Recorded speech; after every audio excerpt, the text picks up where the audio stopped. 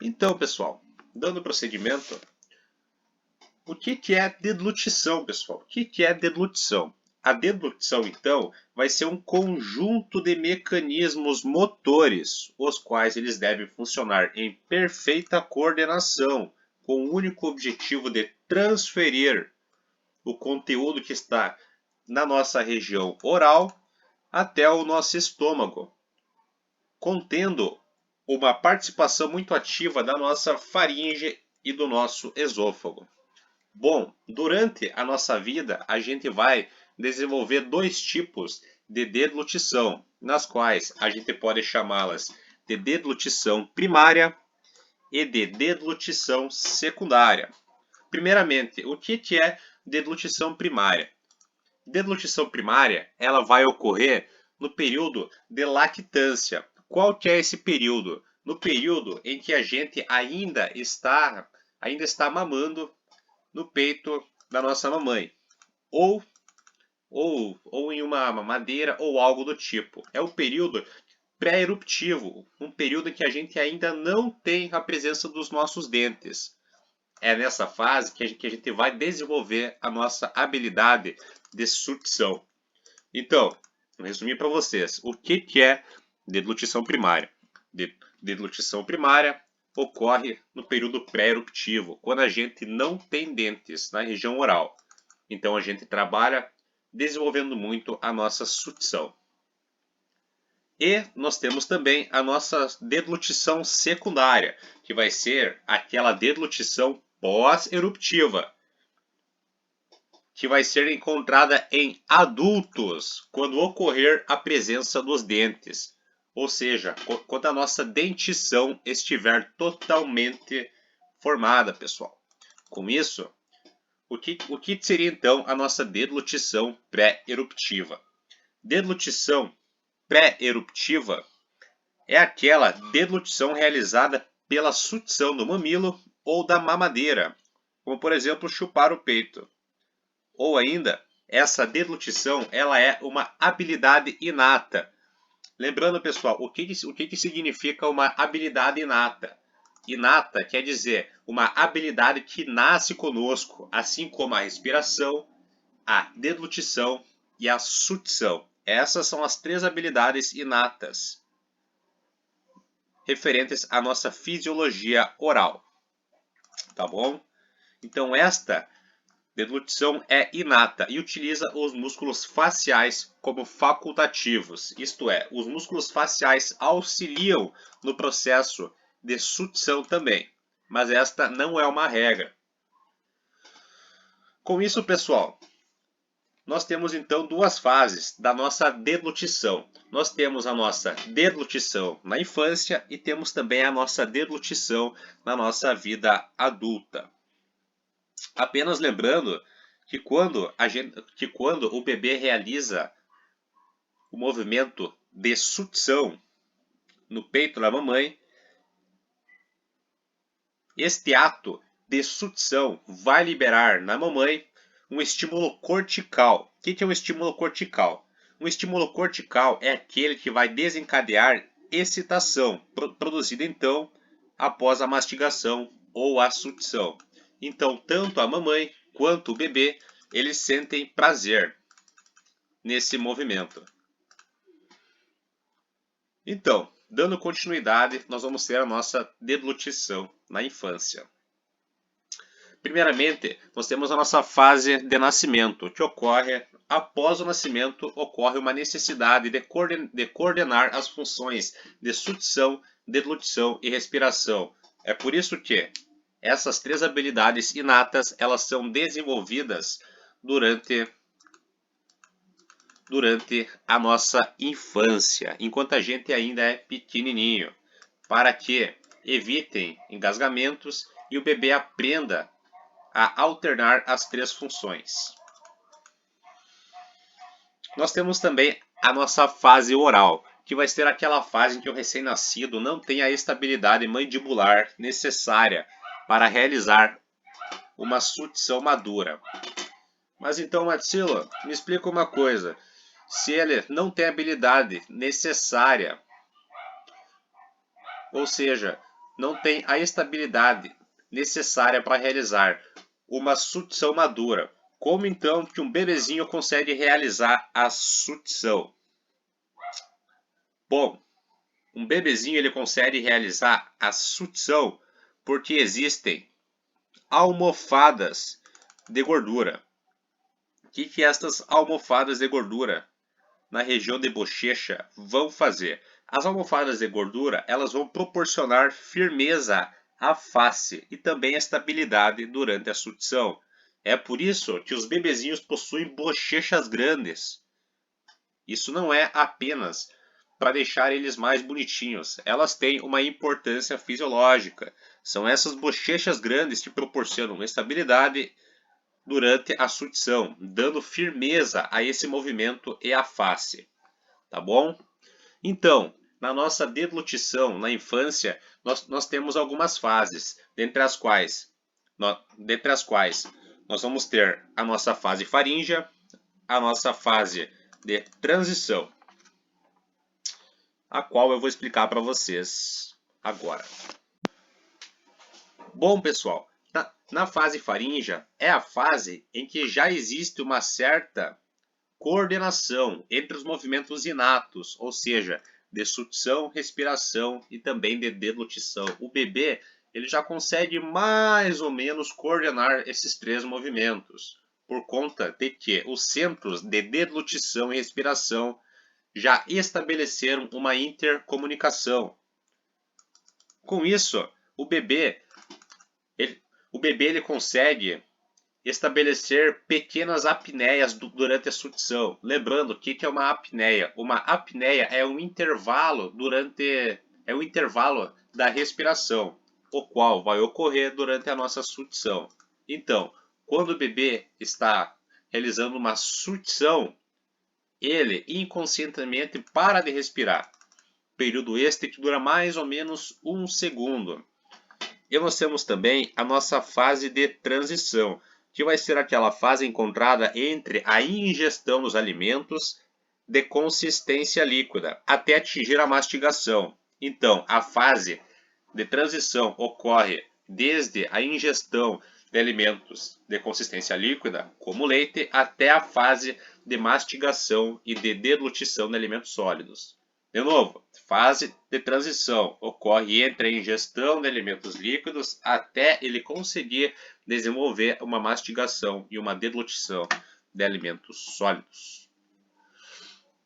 Lembrando que a partir dos 6 meses de vida é que os alimentos pastosos podem começar a ser introduzidos. Antes disso, é extremamente perigoso inserir alimentos pastosos, por conta do fato que o bebê ainda não conseguiu estabilizar os seus movimentos de sucção, deglutição e de respiração. Então é muito comum que crianças engasguem ao ingerir alimentos pastosos antes dos 6 meses de vida. Lembrando que a principal modificação anatômica encontrada após os 6 meses de vida vai ser a mandíbula voltada para baixo e para frente,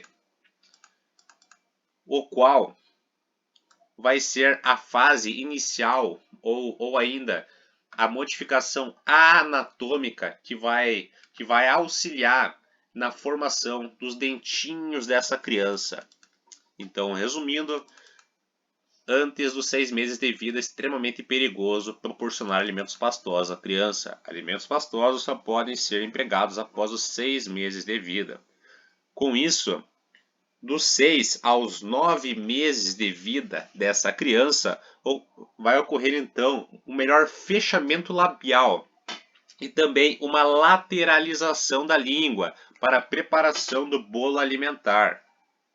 Então, com isso, os alimentos semissólidos, eles devem ser introduzidos para auxiliar no estímulo sensório tátil.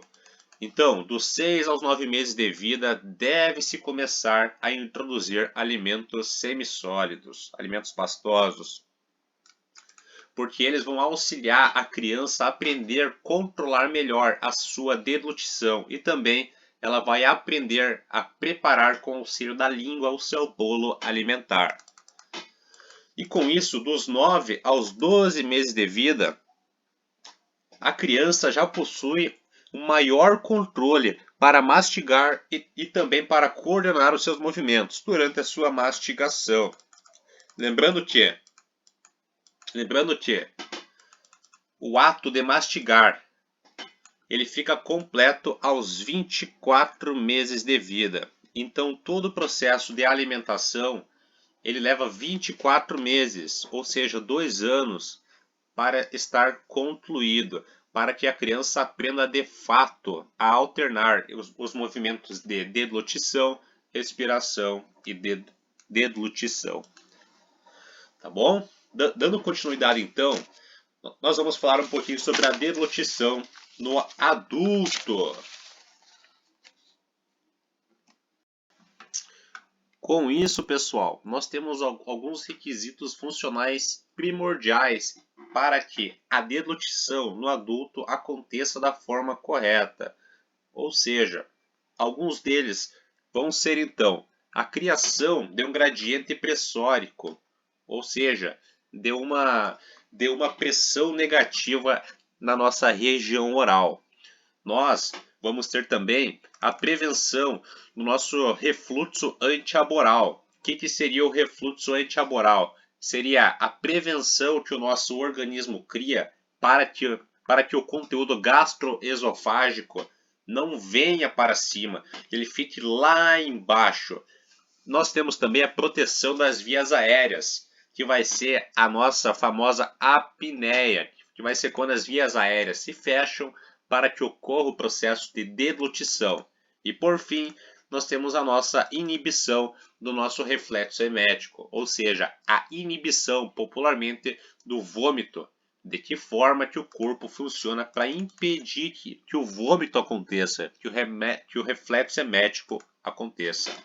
Agora então eu vou explicar um por um desses 4 requisitos funcionais da deglutição. Bom, primeiramente, nós vamos ter então a nossa geração de gradiente pressórico. Como é que vai ocorrer essa geração desse gradiente? Bom, no trânsito da deglutição é necessário que exista uma diferença de pressão entre um ponto de menor pressão com o de maior pressão, o qual estaria mais próximo da boca e mais afastado da boca. Então, com isso, vai ser criado um ponto de pressão entre um ponto de menor pressão com um de maior. Com isso, para que ocorra a geração desse gradiente pressórico, nós vamos ter 4 degraus,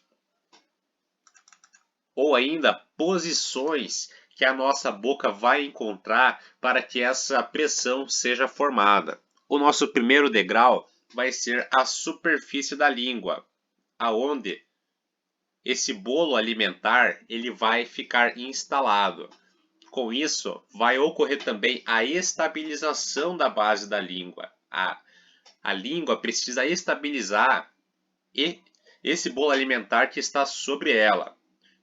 Após isso, ocorre também a constrição da faringe e, por último, os movimentos peristálticos do esôfago. Tudo isso aí vai incentivar ou ainda proporcionar que o alimento passe da forma correta, da região oral até o nosso estômago. Nós temos também a nossa prevenção do refluxo antiaboral, que vai impedir o retorno do alimento para as vias respiratórias superiores. Então, com isso vai ocorrer o selamento das nossas vias aéreas superiores, aonde eu coloquei aqui 4 tópicos que vão proporcionar o selamento dessas vias. Com isso, o nosso primeiro passo para prevenir o refluxo antiaboral vai ser o selamento anterior da boca, a qual vai ocorrer com a contração dos lábios, a elevação da nossa mandíbula, a redução do nosso espaço interoclusal de modo que ocorra a elevação da ponta da língua. Então, é aquele famoso movimento de fechar a boca, aonde os dois lábios se encostam, a mandíbula vai ser levemente elevada, o nosso espaço interoclusal vai ser reduzido e a língua ela vai se elevar. Com isso, nós temos posteriormente a nossa aposição língua-palatina, aonde vai ser a elevação do nosso dorso da língua e a aposição da língua contra a parede faríngea. Então a língua ela vai posicionar-se contra a parede da faringe e o nosso dorso da língua vai ser elevado para cima.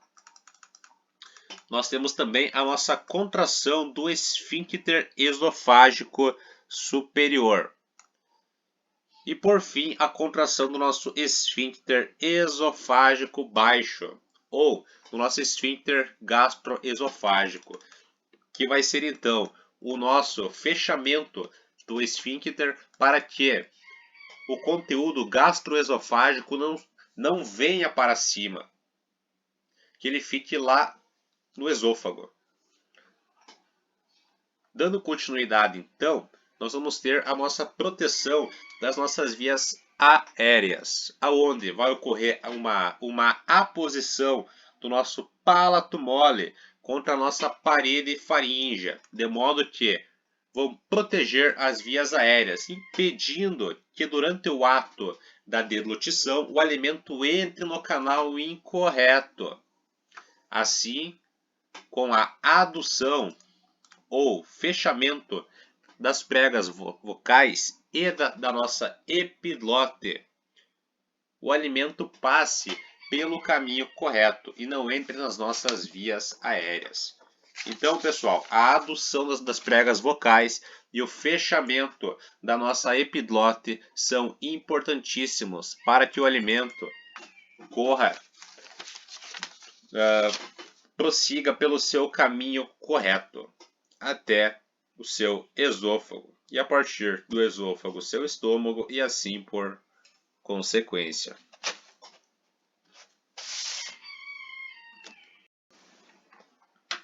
Passando então apenas um resuminho para vocês do conteúdo que apresentei até agora.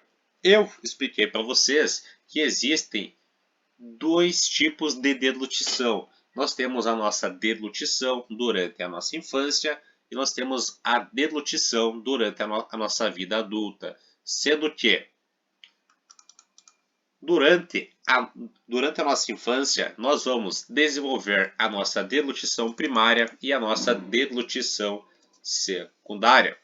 O que vai ser a nossa deglutição primária? Eu já havia comentado com vocês que ela vai ter como base um movimento de sucção e vai ocorrer no momento em que o bebezinho ainda não possui dentes. Então ele vai realizar a sucção do peito. E, posteriormente, nós temos a nossa deglutição secundária, a qual vai ocorrer em adultos ou quando todos os dentes já estiverem presentes em região de boca. Então ela é uma fase pós-eruptiva. Lembrando que pré-eruptiva antes da erupção dos dentes e pós-eruptiva após a erupção dos dentes. Então, na nossa deglutição da infância, nós temos duas fases. Nós temos a nossa fase faríngea e a nossa fase de transição. Lembrando que a fase faríngea vai ser a fase em que a criança vai aprender a coordenar os movimentos de sucção, respiração e deglutição. E na nossa fase de transição, ela é chamada assim porque ela vai ocorrer entre a ingestão de alimentos líquidos, como o leite materno, até quando a criança conseguir realizar a mastigação e a deglutição de alimentos sólidos. Com isso, pessoal, nós temos a nossa deglutição no adulto, a qual também é regada de fases. E quanto a isso, não tem muito o que fazer, é bastante decoreba. Mas eu vou tentar passar para vocês uma forma bem fácil de vocês conseguirem entender. finalizando o que eu tinha para falar sobre deglutição na infância, vou falar um pouquinho então sobre as fases da deglutição durante a nossa vida adulta, a qual também é regada de fases. Mas vamos nessa. Nós vamos ter então a nossa fase pré-oral, ou conhecida também como antecipatória, que vai ser aquela fase que está relacionada com a fome e as informações estereoceptivas provenientes do olfato e da visão, as quais vão excitar a salivação e outros mecanismos importantes para a preparação, transporte e digestão do bolo alimentar. Então, resumindo, essa fase pré-oral ou antecipatória vai ser aquela fase que vai gerar uma água na boca quando a gente enxerga dado alimento que a gente gosta, como, por exemplo, um pedaço de bolo ou um churrasco, o qual é muito comum aqui no sul. Então, vai ser a fase em que o nosso corpo vai desenvolver funções ou mecanismos para preparação, transporte e digestão do bolo alimentar. Com isso, após a nossa fase pré-oral, nós temos a nossa fase oral e preparatória, que vai ser quando eventos voluntários e também involuntários irão contribuir para a formação do nosso bolo alimentar, integrados à mastigação. Me dá um exemplo do que acontece durante a fase preparatória. É durante a fase preparatória que algumas enzimas, como a lipase ou como a amilase salivar, vão atuar sobre os alimentos, quebrando-os e formando o nosso bolo alimentar. Fase lingual vai ser então a nossa terceira fase da deglutição no adulto. E é nessa fase em que a língua ela vai ejetar o bolo alimentar da cavidade oral para a faringe, entrando aqui aquele tópico que eu comentei anteriormente, a importância do gradiente de pressão entre um ponto de pressão positivo e um ponto de pressão negativo. Então, quando a língua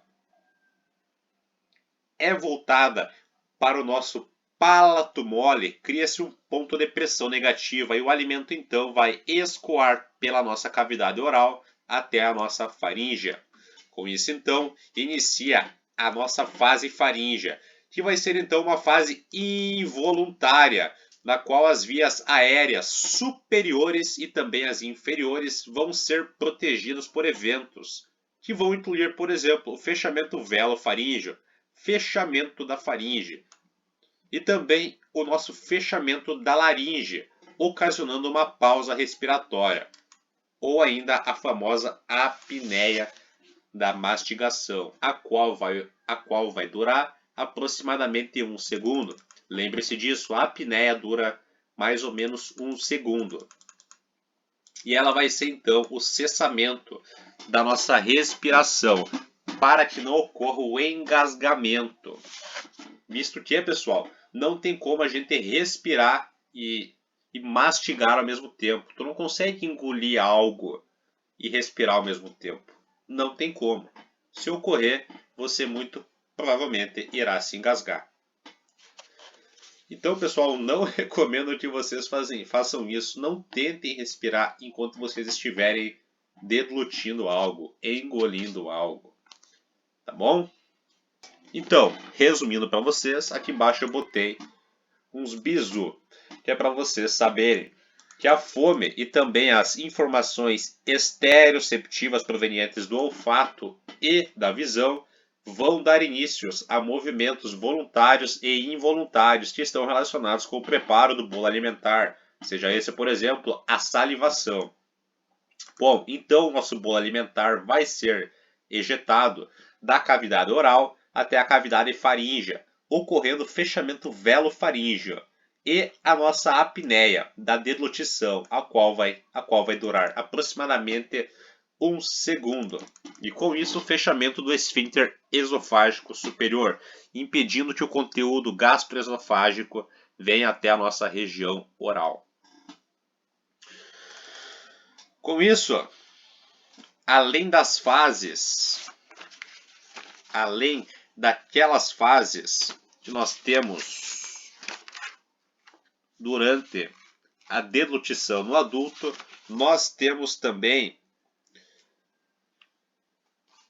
mais algumas fases, mas estas estão totalmente relacionadas com o alimento.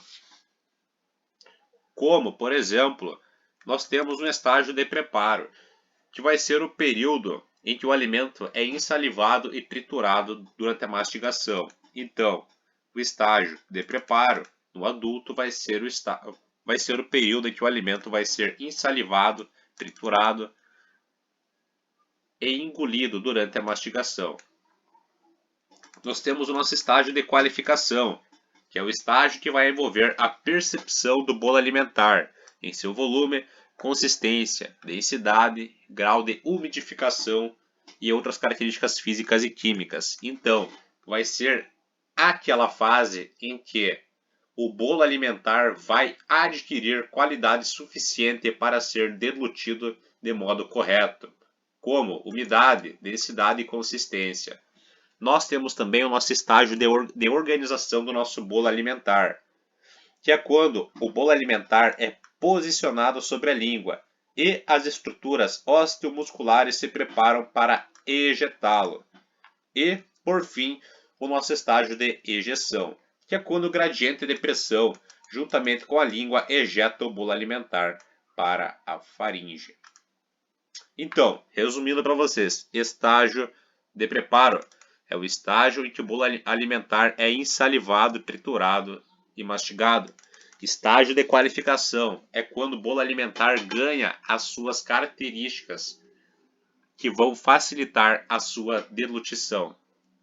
E o estágio de organização, que é quando o bolo alimentar vai ser então posicionado sobre a língua, a fim de ser ejetado. E, por fim, o estágio de ejeção, que é quando o bolo alimentar vai ser ejetado.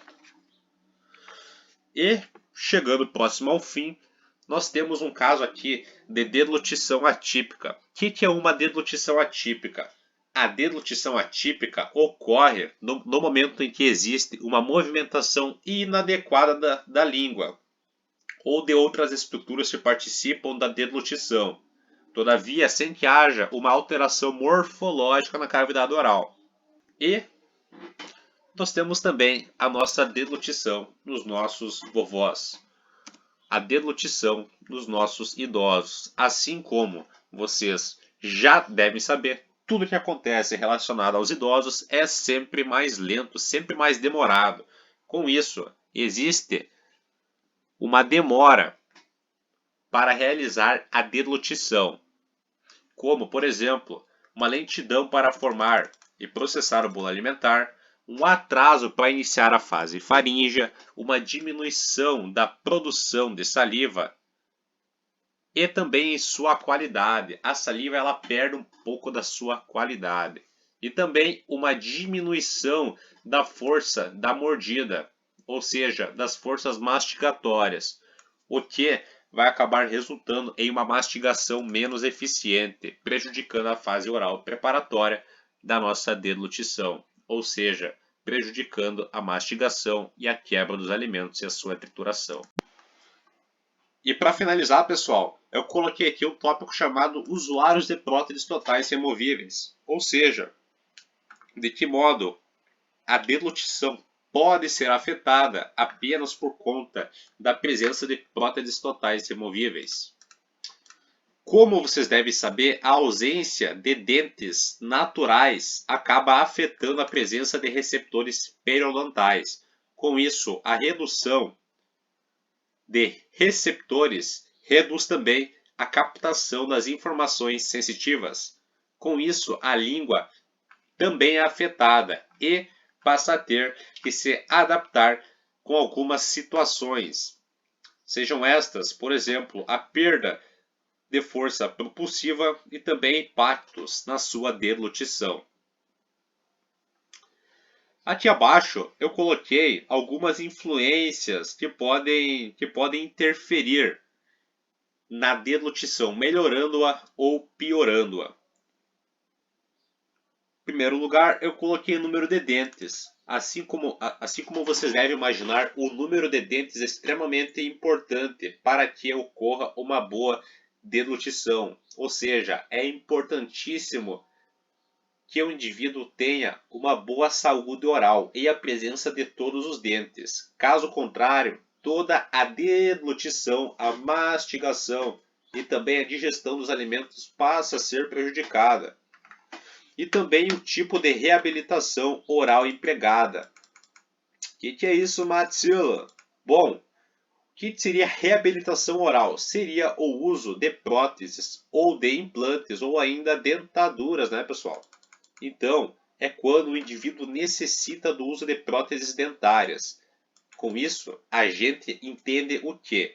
Que a melhor opção de reabilitação dentária é por meio do uso de próteses fixas sobre os implantes. E, para finalizar, eu coloquei aqui um tópico sobre neurônios do nosso hipotálamo, os quais são sensíveis a aspectos como o nível de glicose no sangue e o sabor dos alimentos. E também sobre sistemas hormonais, os quais eu quero comentar a respeito em uma aula só sobre isso daqui, em uma aula só sobre neurônios do hipotálamo, que pode ser encontrada em um tópico sobre regulação endócrina do organismo humano. Ou seja, eu vou gravar uma aula apenas sobre regulação endócrina. Mas então é isso aí, o que eu tinha para falar para vocês sobre deglutição era isso. Eu espero que vocês tenham gostado da aula, que eu tenha conseguido corroborar com alguma coisa com o conhecimento de vocês. E muito obrigado, pessoal. Só antes aqui de eu finalizar o conteúdo, finalizar a live, quero apenas comentar sobre o meu caderno de fisiologia bucal, mais uma vez, o qual vocês podem encontrar aqui na descrição desse vídeo e obtê-lo através da Hotmart, por um valor simbólico. Dessa forma, vocês ajudam eu a continuar com esse canal e também a me manter motivado enquanto eu ajudo vocês a estudarem. Nesse caderno, vocês vão encontrar umas aulas completíssimas sobre sensibilidade tátil, térmica e também proprioceptiva da região orofacial, neurofisiologia da dor, fisiologia da gustação, fisiologia da deglutição, o qual foi essa aula que eu acabei de apresentar para vocês, fisiologia da mastigação, da secreção salivar e também da movimentação dentária. Então era isso. Muito obrigado, pessoal, e bons estudos para vocês.